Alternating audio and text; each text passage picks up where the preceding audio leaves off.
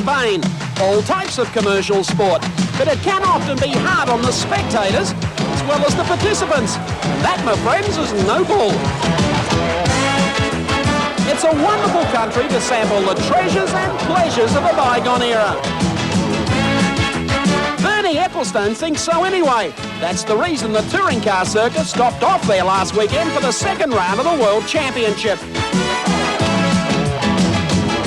The Jarama circuit played host to the Formula One teams up until last year, when the new Jerez layout was completed in time for the Spanish Grand Prix. Jarama has always been a stopping point for the European touring car set, and some of the best scraps in recent years have been recorded there. Jarama hosted the penultimate round of the FIA International Touring Car Championship in '86. Ford, Rover, BMW, Volvo and Holden arrived with their best firepower, and for a while the new Sierra Turbo held sway with Klaus Needlewitz just holding out Tommy Walkinshaw. Gracie gave the race a big shake early.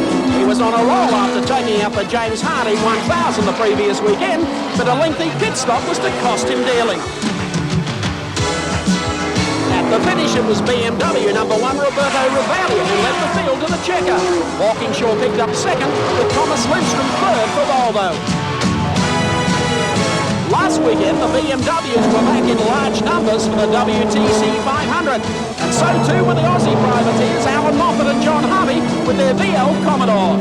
I'm very happy to be associated with Mick Webb. We've got a great bunch of fellows that are helping us on a part-time basis.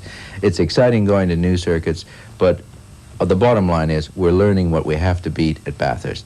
And I would hate to go to Bathurst wondering what was coming. This way we're going to know, and we're going to be the only Australian team that is going to know.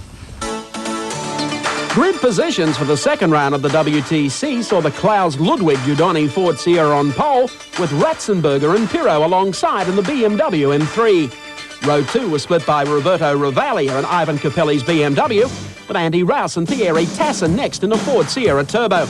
Position 5 was the third of the Sierras, Steve Soper and Klaus Needlewitz, while the Aussies, Moffat and Harvey, started out at position 11 with the only Commodore in the field.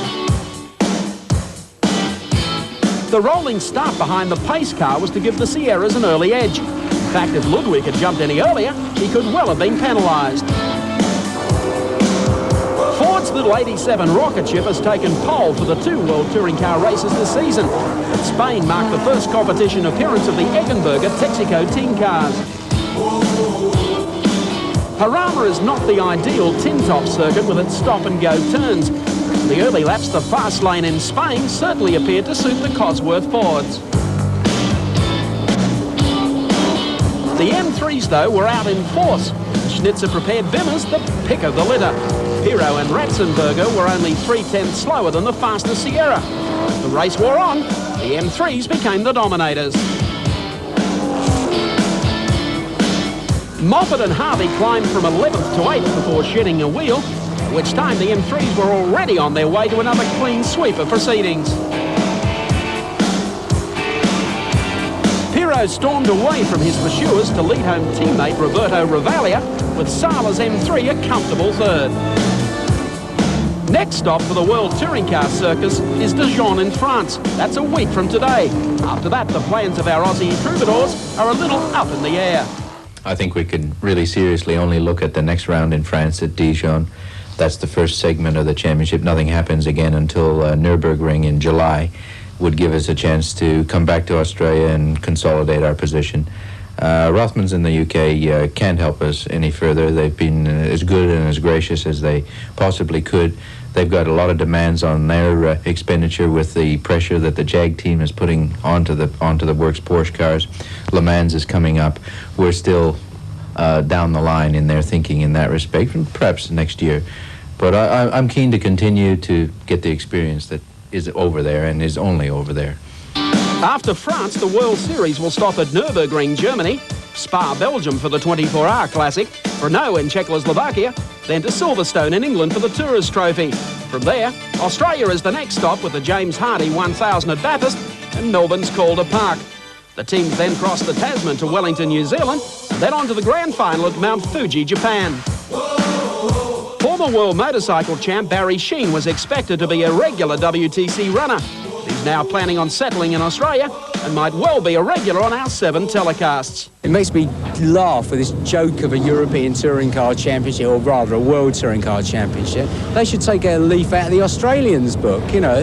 They're doing it properly. It's really, really fantastic in Australia, the Group A thing, and it makes everything else in the rest of the WTC look like a joke, or rather an embarrassment. Where the World Touring Car Championship is headed is a matter of some conjecture. But like Barry said, Aussie-style Group A is presently wowing the motorsports viewers in England and throughout Europe, thanks largely to our 7 Sports international coverage. By the time our season reaches Mount Panorama and the James Hardy 1000, folks such as the Friendly Farmer, Kid Seaton, JPS Jim and Tricky Dicky should all be household names.